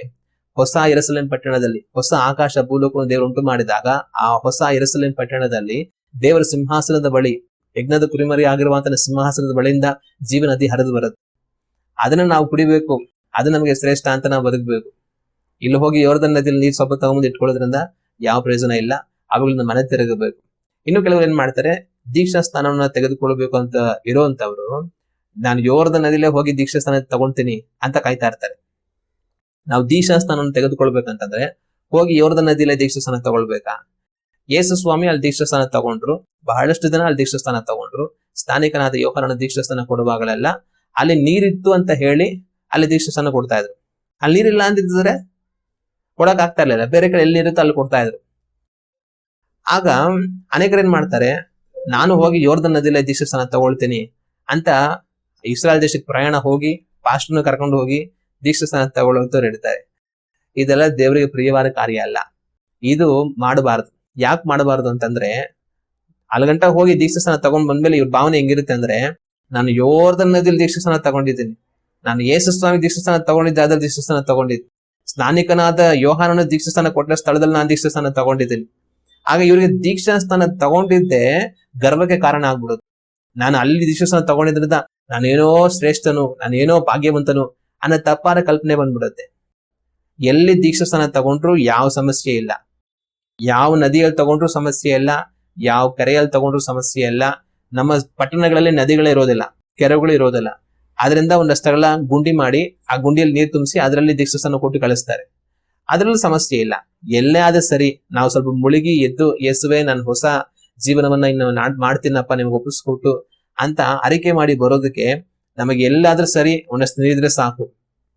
ಅದಕ್ಕೆ ಎಲ್ಲೋ ನಾನು ಹೋಗಿ ಮಾಡಿ ಬಂದ್ರೆ ಅದರಿಂದ ನನಗೆ ಭಾಗ್ಯ ಬರುತ್ತೆ, ಯೋರ್ದನ್ ನದಿಗೆ ಹೋಗಿ ಬಂದ್ರೆ ನನಗೆ ಭಾಗ್ಯ ಬರುತ್ತೆ, ಅದನ್ನೆಲ್ಲ ಮಾಡಬಾರ್ದು. ಮತ್ತಿನ್ನ ಅದನ್ನ ಮಾಡೋಂಥವ್ರು ಬೇರೆ ಯಾರಾದ್ರೂ ದೀಕ್ಷಾ ಸ್ಥಾನ ತಗೊಂಡ್ರೆ ಆಮೇಲೆ ಅವ್ರ ಹತ್ರ ಮಾತಾಡೋಕೆ ಏನ್ ಹೇಳ್ತಾರೆ, ನಾನು ಇಸ್ರೇಲ್ ಅಲ್ಲಿ ಯೋರ್ದನ್ ನದಿ ದೀಕ್ಷಾ ಸ್ಥಾನ ತಗೊಂಡೆ ಅಂತಾರೆ. ಗರ್ವಕ್ಕೆ ಕಾರಣ. ನಾನ್ ದೀಕ್ಷಾ ಸ್ಥಾನ ಪಡೆದಿದ್ದೀನಿ ಅಂತ ಅನ್ನೋದು ಗರ್ವಕ್ಕೆ ಕಾರಣ ಆಗ್ಬಾರ್ದು. ನಾನ್ ಮನೆ ತಿರುಗಿದ್ದೀನಿ ಅನ್ನೋದಕ್ಕೆ ಸೂಚನೆ ಆಗ್ಬೇಕು. ಆದ್ರೆ ಇವ್ರ ಮನೆ ತಿರುಗ್ತಾರ ಇಲ್ಲೋ ಗೊತ್ತಿಲ್ಲ, ಅಲ್ಲೋಗಿ ದೀಕ್ಷಾ ಸ್ಥಾನ ಪಡೆದೆ ಅಂತ ಅನ್ಕೊಂಡು ಬೋರ್ಡ್ ಹಾಕೊಂಡು ಓಡಾಡ್ತಾ ಇರ್ತಾರೆ. ಅದು ಪಾಪ. ಅದರಿಂದ ಮನೆ ತಿರುಗಬೇಕು. ಅಂತ ಕಾರ್ಯಕ್ಕೆ ಅವಕಾಶ ಕೊಡಬಾರ್ದು. ಅದರಿಂದ ಯೋರ್ದನ್ ನದಿ ದೀಕ್ಷಾ ಸ್ಥಾನ ತಗೊಳ್ಬೇಕಾ? ನಾವಿರೋಂಥದ್ದು ಇಸ್ರಾಯೇಲ್ ದೇಶದಲ್ಲಿ ಆದ್ರೆ ಅಲ್ಲಿ ಹರಿಯುವಂತ ನದಿ ಯೋರ್ದನ್ ನದಿ ಆಗಿರೋದ್ರಿಂದ ಅಲ್ಲೋಗಿ ದೀಕ್ಷಾ ಸ್ಥಾನ ತಗೊಳ್ಬಹುದು. ಆದ್ರೆ ನಾವು ಬೇರೆ ಯಾವ್ದೋ ದೇಶದಲ್ಲಿ ಇದ್ದೀವಿ, ಬೇರೆ ಯಾವ್ದೋ ಊರಲ್ಲಿ ಇದೀವಿ ಅಂತಂದ್ರೆ ನಮ್ಮೂರಲ್ಲಿರುವಂತ ಯಾವ್ದೋ ನದಿಲೋ ಕೆರೆಯಲ್ಲೋ ನೀರ್ ಎಲ್ಲಿ ನಮ್ಗೆ ಸಿಗುತ್ತೋ ಅಲ್ಲಿ ದೀಕ್ಷಾಸ್ನಾನ ತಗೊಳ್ಬೇಕು. ಇಸ್ರಾಯೇಲ್ ದೇಶಕ್ಕೆ ಹೋಗಿ ದೀಕ್ಷಾಸ್ನಾನ ತಗೊಂಡ್ ಬರ್ತೀವಿ ಅಂತ ಅನ್ನೋದು ಅವ್ರನ್ನ ತಪ್ಪಾಗಿ ನಡೆಸಿಬಿಡೋದಕ್ಕೆ ಅವಕಾಶ ಆಗ್ಬಿಡುತ್ತೆ. ಆದ್ರೆ ಅಂತವುಗಳಿಗೆ ನಾವು ಅವಕಾಶ ಕೊಡಬಾರದು. ಮತ್ತೆ ಇನ್ನು ಕೆಲವರು ಏನ್ ಮಾಡ್ತಾರೆ ಅಂದ್ರೆ, ಈ ಯಹೂದ್ಯ ಭಾಷೆ, ಇಬ್ರಿಯರ ಭಾಷೆ, ಹೀಬ್ರೂಸ್ ಅಂತ ಕರೀತಾರೆ, ಇಬ್ರಿಯ ಭಾಷೆ ಅದು. ಆ ಭಾಷೆ ತುಂಬಾ ಶ್ರೇಷ್ಠವಾದದ್ದು, ತುಂಬಾ ಪರಿಶುದ್ಧವಾದದ್ದು. ಆ ಭಾಷೆ ನಾವು ಕಲಿಬೇಕು, ಆ ಭಾಷೆಯಲ್ಲೇ ಬೈಬಲ್ ಓದ್ಬೇಕಂತ ಹೇಳ್ತಾ ಇರ್ತಾರೆ. ಆಗ ಅದನ್ನ ಮಾಡ್ಬೇಕಾ ಅಂತಂದ್ರೆ ಅಗತ್ಯ ಇಲ್ಲ. ದೇವರಿಗೆ ಇಬ್ರಿಯ ಭಾಷೆ ತುಂಬಾ ಇಷ್ಟನಾ? ದೇವರಿಗೆ ಇಬ್ರಿಯ ಭಾಷೆಯ ಮೇಲೆ ತುಂಬಾ ಪ್ರೀತಿ ಇದೆಯಾ? ಇಬ್ರಿಯ ಭಾಷೆ ದೇವರ ದೃಷ್ಟಿಯಲ್ಲಿ ಪರಿಶುದ್ಧವಾದ ಭಾಷೆನಾ? ಯಾವುದೂ ಅಲ್ಲ. ಎಲ್ಲಾ ಭಾಷೆಗಳಂತೆ ಇಬ್ರಿಯ ಭಾಷೆ ಕೂಡ ಒಂದು ಭಾಷೆ ಅಷ್ಟೇ. ಭೂಲೋಕದಲ್ಲಿರುವಂತಹ ಎಲ್ಲಾ ಭಾಷೆಗಳನ್ನ ಉಂಟು ಮಾಡಿರುವಂತದ್ದು ದೇವರೇನೆ. ಎಲ್ಲಾ ಭಾಷೆಗಳಂತೆ ಅದು ಕೂಡ ಒಂದು ಭಾಷೆ. ದೇವರು ಎಲ್ಲಾ ಭಾಷೆನ ಮಾತಾಡ್ತಾರೆ, ದೇವರು ಎಲ್ಲಾ ಭಾಷೆನ ಪ್ರೀತಿ ಮಾಡ್ತಾರೆ. ನಾವು ಕನ್ನಡದಲ್ಲಿ ಮಾತಾಡ್ತೀವಿ, ನಾವು ಕನ್ನಡದಲ್ಲಿ ಪ್ರಾರ್ಥನೆ ಮಾಡಿದ್ರೆ ದೇವ್ರು ಕೇಳಲ್ಲ ಅಂತಾರ? ದೇವ್ರ ಇಬ್ರಿಯ ಭಾಷೆನ ಮಾತಾಡಿ ನಾನು ಪ್ರಾರ್ಥನೆ ಮಾಡು ಅಂತ ಹೇಳ್ತಾರ? ಇಲ್ಲ. ದೇವ್ರು ಎಲ್ಲಾ ಭಾಷೆನ ಪ್ರೀತಿ ಮಾಡ್ತಾರೆ, ಎಲ್ಲಾ ಭಾಷೆಯಲ್ಲಿ ಮಾಡುವಂತ ಪ್ರಾರ್ಥನೆ ದೇವ್ರು ಕೇಳ್ತಾರೆ. ಎಲ್ಲಾ ಭಾಷೆನ ಉಂಟು ಮಾಡಿರೋದು ದೇವರು. ಆದ್ರೆ ನಾವು ಇಬ್ರಿಯ ಭಾಷೆ ಏನೋ ಪರಿಶುದ್ಧವಾದ ಭಾಷೆ, ದೇವರಿಗೆ ಅತಿ ಪ್ರಿಯವಾದ ಭಾಷೆ, ಆ ಭಾಷೆಯಲ್ಲೇ ನಾವು ಮಾತಾಡಬೇಕು, ಆ ಭಾಷೆಯಲ್ಲೇ ಬೈಬಲ್ ಓದಬೇಕು ಅಂತ ಕಲಿಸುವಂತವ್ರು ಇರ್ತಾರೆ. ಅದು ತಪ್ಪು. ನಾವು ಯಾವ ಭಾಷೆ ಬೇಕಾದ್ರೂ ಕಲಿಬಹುದು. ಇಬ್ರಿಯ ಭಾಷೆ ಬೇಕಾದ್ರೂ ಕಲಿಬಹುದು, ಫ್ರೆಂಚ್ ಭಾಷೆ ಬೇಕಾದ್ರೆ ಕಲಿಬಹುದು, ನಾವು ಜರ್ಮನ್ ಭಾಷೆ ಬೇಕಾದ್ರೂ ಕಲಿಬಹುದು, ಯಾವ ಭಾಷೆ ಬೇಕಾದ್ರೂ ಕಲಿಬಹುದು. ನಮ್ಗೆ ಇಷ್ಟ ಇದೆಯಾ? 1000 ಭಾಷೆ ಕಲಿಯೋದಕ್ಕೆ ನಮ್ಗೆ ಜ್ಞಾನ ಇದೆಯಾ? 1000 ಭಾಷೆನೇ ಕಲಿಬಹುದು, 1000 ಭಾಷೆ ಓದ್ಬೋದು, ತಪ್ಪಿಲ್ಲ. ಆದ್ರೆ ಯಾವುದು ದೇವರಿಗೆ ಪರಿಶುದ್ಧವಾದ ಭಾಷೆ ಅಂತ ಇಲ್ಲ, ದೇವರಿಗೆ ಪ್ರಿಯವಾದ ಭಾಷೆ ಅಂತ ಯಾವುದೂ ಇಲ್ಲ. ನಾವು ಯಾವ ಭಾಷೆಯಲ್ಲಿ ಬೇಕಾದ್ರೂ ಬೈಬಲ್ ಓದ್ಬೋದು, ಯಾವ ಭಾಷೆಯಲ್ಲಿ ಬೇಕಾದ್ರೂ ನಾವು ಪ್ರಾರ್ಥನೆ ಮಾಡ್ಬೋದು, ಎಲ್ಲವನ್ನ ದೇವರು ಕೇಳ್ತಾರೆ. ಅದರಿಂದ ಇಬ್ರು ಭಾಷೆನ ಕಲಿಬೇಕು, ಇಬ್ರು ಭಾಷೆಯಲ್ಲೇ ಬೈಬಲ್ ಓದ್ಬೇಕು, ಇಬ್ರು ಭಾಷೆಯಲ್ಲಿ ಪ್ರಾರ್ಥನೆ ಮಾಡ್ಬೇಕು, ಇವೆಲ್ಲ ತಪ್ಪಾದ ರೂಢಿ. ಅವುಗಳು ನಮಗೆ ಅಗತ್ಯ ಇಲ್ಲ. ಆದ್ರೆ ನಮ್ಗೆ ಇಷ್ಟ ಇದೆ, ಕಲಿಬಹುದು, ಕಲಿಯೋದ್ರಲ್ಲಿ ತಪ್ಪೇನಿಲ್ಲ ಭಾಷೆ ಕಲಿಯೋದ್ರಿಂದ. ಆದ್ರೆ ಅದನ್ನ ಕಲಿಯೋದು ತುಂಬಾ ಮುಖ್ಯ. ಆ ಭಾಷೆಲೇ ಪ್ರಾರ್ಥನೆ ಮಾಡ್ಬೇಕು, ಆ ಭಾಷೆಲೇ ಬೈಬಲ್ ಓದ್ಬೇಕು ಅಂತ ಅನ್ನೋದು ತಪ್ಪು. ಅದೇ ಸಮಯದಲ್ಲಿ ಅದು ಕಲ್ತಿದ್ ಮಾತ್ರಕ್ಕೆ ನಾನೇನೋ ಪರಿಶುದ್ಧ, ನಾನೇನೋ ದೇವರಿಗೆ ತುಂಬಾ ಪ್ರಿಯ, ನಾನು ಇಬ್ರು ಭಾಷೆಯಲ್ಲಿ ಪ್ರಾರ್ಥನೆ ಮಾಡ್ತೀನಿ, ಇಬ್ರು ಭಾಷೆಯಲ್ಲಿ ಬೈಬಲ್ ಓದ್ತೀನಿ, ನಾನ್ ತುಂಬಾ ಶ್ರೇಷ್ಠನು ಅಂತ ಅನ್ಕೊಳ್ಳೋದು ಪಾಪ. ಇನ್ನು ವಾಸ್ತವವಾಗಿ ಹೇಳ್ಬೇಕಂತಂದ್ರೆ ನಾವು ಸತ್ಯವೇದ ಓದ್ತೇವೆ. ಹಳೆ ಒಡಂಬಡಿಕೆ ಆದಿಕಾಂಡದಿಂದ ಪ್ರಕಟಣೆ ಪುಸ್ತಕ, ಹೊಸ ಒಡಂಬಡಿಕೆ ಕೊನೆವರೆಗೂ ನಾವು ಓದ್ತೇವೆ.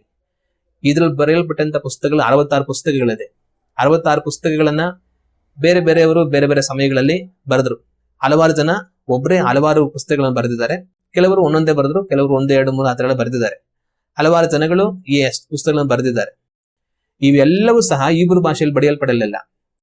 ಹಳೆ ಒಡಂಬಡಿಕೆ ಪೂರ್ತಿ ಹೀಬ್ರೂ ಭಾಷೆಯಲ್ಲಿ ಬರೆಯಲ್ಪಟ್ಟಿತ್ತು.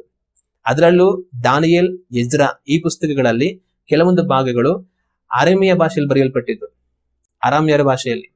ಕಾರಣ ಏನಂತಂದ್ರೆ ಈ ದಾನಿಯೇಲ್, ಎಜ್ರಾ ಹೋಗಿ ಬಾಬೆಲ್ ದೇಶದಲ್ಲಿ ಅಡಿಯಾಳಾಗಿದ್ರು. ದೇವರ ವಾಕ್ಯದಲ್ಲಿ ಅವರನ್ನ ಅಲ್ಲಿ ಎಲ್ಲಾ ಪಾಠಗಳು ಭಾಷೆಗಳು ಕಲಿಯೋದಕ್ಕೆ ದಾನಿಯೇಲ್ ಅವ್ರ ಸ್ನೇಹಿತರನ್ನ ಸೇರಿಸ್ಕೊಳ್ತಾರೆ. ಆಗ ಅವರು ಅಲ್ಲಿರುವಂತ ಅರಾಮ್ಯರ ಭಾಷೆಯನ್ನು ಕಲಿತರು. ಅದರಿಂದ ದಾನಿಯೇಲ್ ಬರೆಯುವಾಗ ತನಗೆ ಆ ಭಾಷೆ ಪರಿಚಯ ಇದ್ರಿಂದ ತಾನು ಕೆಲವೊಂದು ಭಾಗಗಳನ್ನ ಹೀಬ್ರೂ ಭಾಷೆಯಲ್ಲಿ ಬರೆದ, ಕೆಲವೊಂದು ಭಾಗಗಳನ್ನ ಅರಾಮ್ಯರ ಭಾಷೆಯಲ್ಲಿ ಬರೆದ ಅಂತ ವೇದ ಪಂಡಿತರು ಹೇಳ್ತಾರೆ. ಇನ್ನು ಎಜ್ರಾ ಕೂಡ ಅಲ್ಲೇ ಹೋಗಿ ದಾಸತ್ವದಲ್ಲಿದ್ದದ್ದು. ಎಜ್ರಾನು ಕೂಡ ಆ ಭಾಷೆಯನ್ನು ಕಲಿತಿದ್ದರಿಂದ ತಾನು ಕೂಡ ಕೆಲವೊಂದು ಭಾಗಗಳನ್ನ ಎಜ್ರಾ ಪುಸ್ತಕದಲ್ಲಿ ಅರಾಮ್ಯರ ಭಾಷೆಯಲ್ಲಿ ಬರೆದ ಅಂತ ಹೇಳ್ತಾರೆ. ಈ ರೀತಿ ಹಳೆ ಒಡಂಬಡಿಕೆ ಪೂರ್ತಿ ಹೀಬ್ರೂ ಭಾಷೆಯಲ್ಲಿ ಬರೆಯಲ್ಪಟ್ಟರು ಕೂಡ ಕೆಲವೊಂದು ಭಾಗಗಳು ಈ ಅರಾಮ್ಯರ ಭಾಷೆಯಲ್ಲಿ ಬರೆಯಲ್ಪಟ್ರು. ಆರಾಮಿಕ್ ಅಂತ ಹೇಳಿ ಅದಕ್ಕೆ ಹೇಳ್ತಾರೆ. ಮತ್ತೆ ಇನ್ನು ಹೊಸ ಒಡಂಬಡಿಕೆಗೆ ಬಂದ್ರೆ, ಹೊಸ ಒಡಂಬಡಿಕೆ ಮತ್ತಾಯ ಸುವಾರ್ತೆಯಿಂದ ಪ್ರಕಟಣೆ ಪುಸ್ತಕದವರೆಗೂ ಬರೆಯಲ್ಪಟ್ಟದ್ದು ಹೀಬ್ರೂ ಭಾಷೆಯಲ್ಲಿ ಅಲ್ಲ, ಗ್ರೀಕ್ ಭಾಷೆಯಲ್ಲಿ. ಈ ಹಳೆ ಒಡಂಬಡಿಕೆಯ ಕಡೆಯ ಪುಸ್ತಕ ಬಂದು ಮಲಾಕಿ.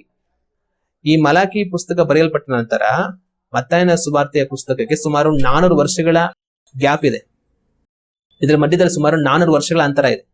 ಈ 400 ವರ್ಷ ಕಾಲದಲ್ಲಿ ಏನಾಯ್ತು ಅಂದ್ರೆ, ಅಲೆಕ್ಸಾಂಡರ್ ದ ಗ್ರೇಟ್ ಅನ್ನುವಂತ ಗ್ರೀಕ್ ಅರಸನ್ ಬಂದ.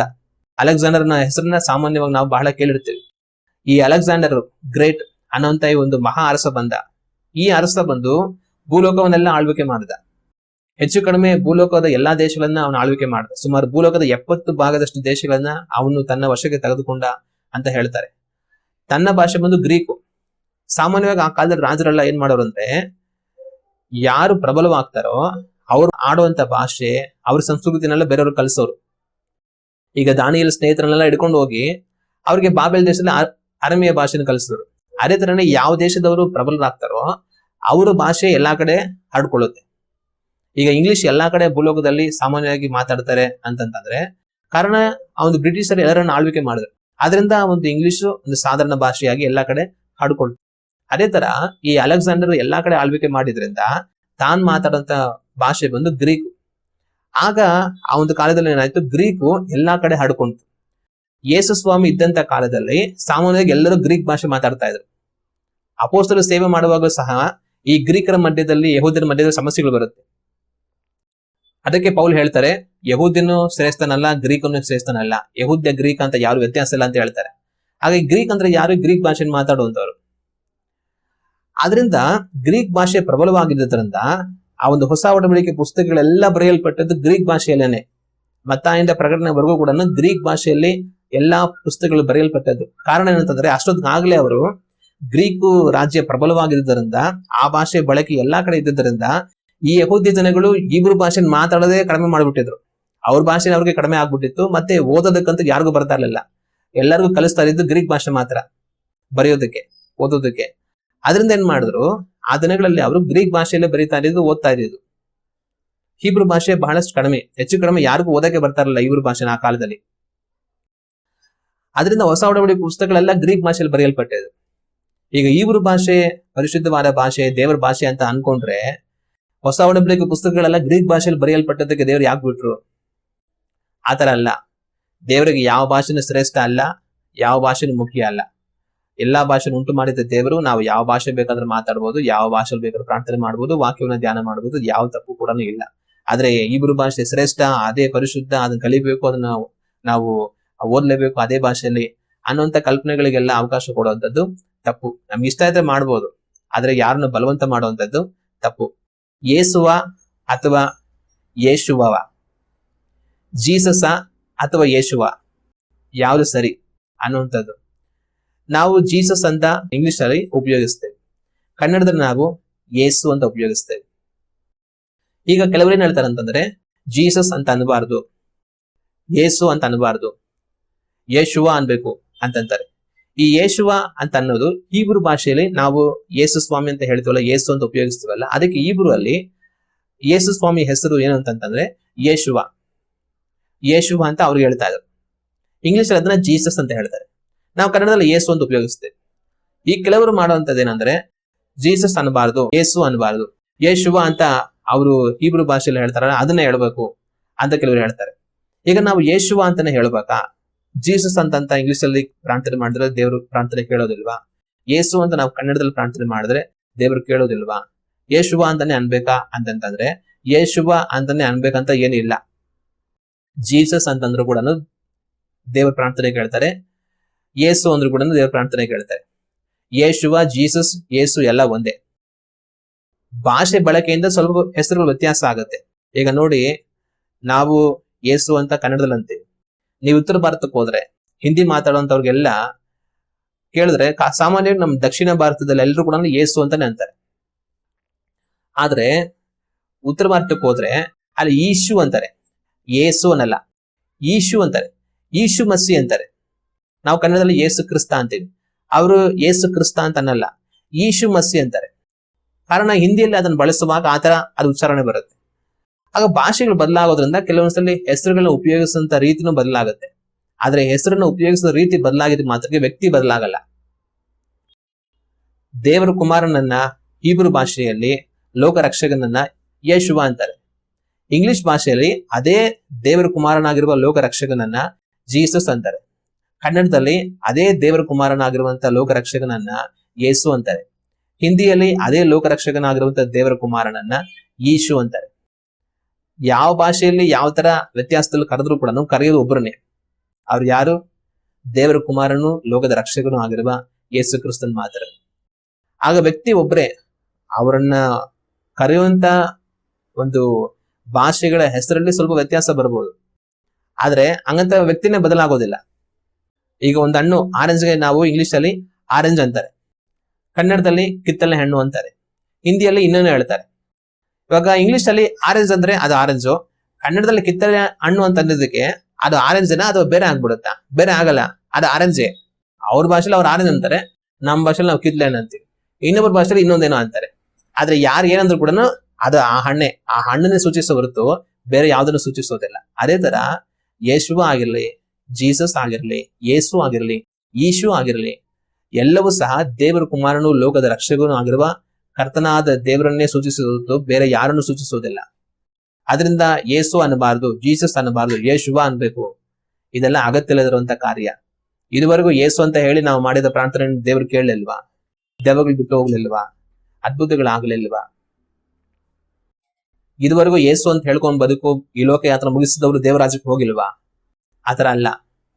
ನಾವು ಯಾವ್ದ್ರ ಬೇಕಾದ್ರೂ ಬಳಸ್ಬೋದು, ಯಾವ ಭಾಷೆಯಲ್ಲಿ ಬೇಕಾದ್ರೂ ಬಳಸ್ಬೋದು. ಭಾಷೆಗಳಲ್ಲಿ ಸ್ವಲ್ಪ ವ್ಯತ್ಯಾಸ ಆಗತ್ತೆ, ಆದ್ರೆ ವ್ಯಕ್ತಿ ಆತನ ಮಾತ್ರವೇ, ವ್ಯಕ್ತಿ ಬೇರೆ ಯಾರು ಆಗೋದಿಲ್ಲ. ಅದರಿಂದ ಯೇಶುವ ಅಂತಾನೆ ಉಪಯೋಗಿಸ್ಬೇಕು, ಯೇಸು ಉಪಯೋಗಿಸಬಾರದು, ಜೀಸಸ್ ಉಪಯೋಗಿಸಬಾರದು. ಅದೆಲ್ಲ ಅನಗತ್ಯವಾದ ಕಾರ್ಯಗಳು. ನಾವು ಯೇಸು ಅನ್ನುವಂತ ಹೆಸರನ್ನ ನಾವು ಕೂಗಿ ಲೋಕದ ರಕ್ಷಕನಾಗಿರುವ ದೇವರ ಕುಮಾರನನ್ನೇ ನಾವು ಸೂಚಿಸ್ತೇವೆ, ಬೇರೆ ಯಾರನ್ನು ಸೂಚಿಸೋದಿಲ್ಲ. ಆತನೇ ಆಗಿರೋದ್ರಿಂದ ನಮಗೆ ಉತ್ತರ ಬರುತ್ತೆ. ಹಲ್ಲೆಲೂಯಾ. ಇದರಿಂದ ಇಂಥ ಹಲವಾರು ಈ ಯಹೂದರಿಗೆ ಸಂಬಂಧಪಟ್ಟಂತ ಹಲವಾರು ಆಚರಣೆಗಳನ್ನ ನಾವು ಈ ತರ ಪಾಲಿಸ್ಬೇಕು, ಆ ತರ ಪಾಲಿಸ್ಬೇಕು ಅಂತ ಬಹಳಷ್ಟು ವ್ಯತ್ಯಾಸವಾಗಿ ಮಾತನಾಡುವಂತವ್ರು ಇರ್ತಾರೆ. ಆದ್ರೆ ಅಂತವುಗಳ ಸಿಲುವಿಗೆ ನಾವು ಸಿಕ್ಕಿಕೊಂಡು ನಮ್ಮ ವಿಶ್ವಾಸದಲ್ಲಿ ಬಲಹೀನವಾಗಬಾರದು. ವಾಕ್ಯವನ್ನು ಸರಿಯಾಗಿ ತಿಳ್ಕೊಂಡು ನಾವು ನಡೆಯುವಂತವர்களಾಗಿರಬೇಕು.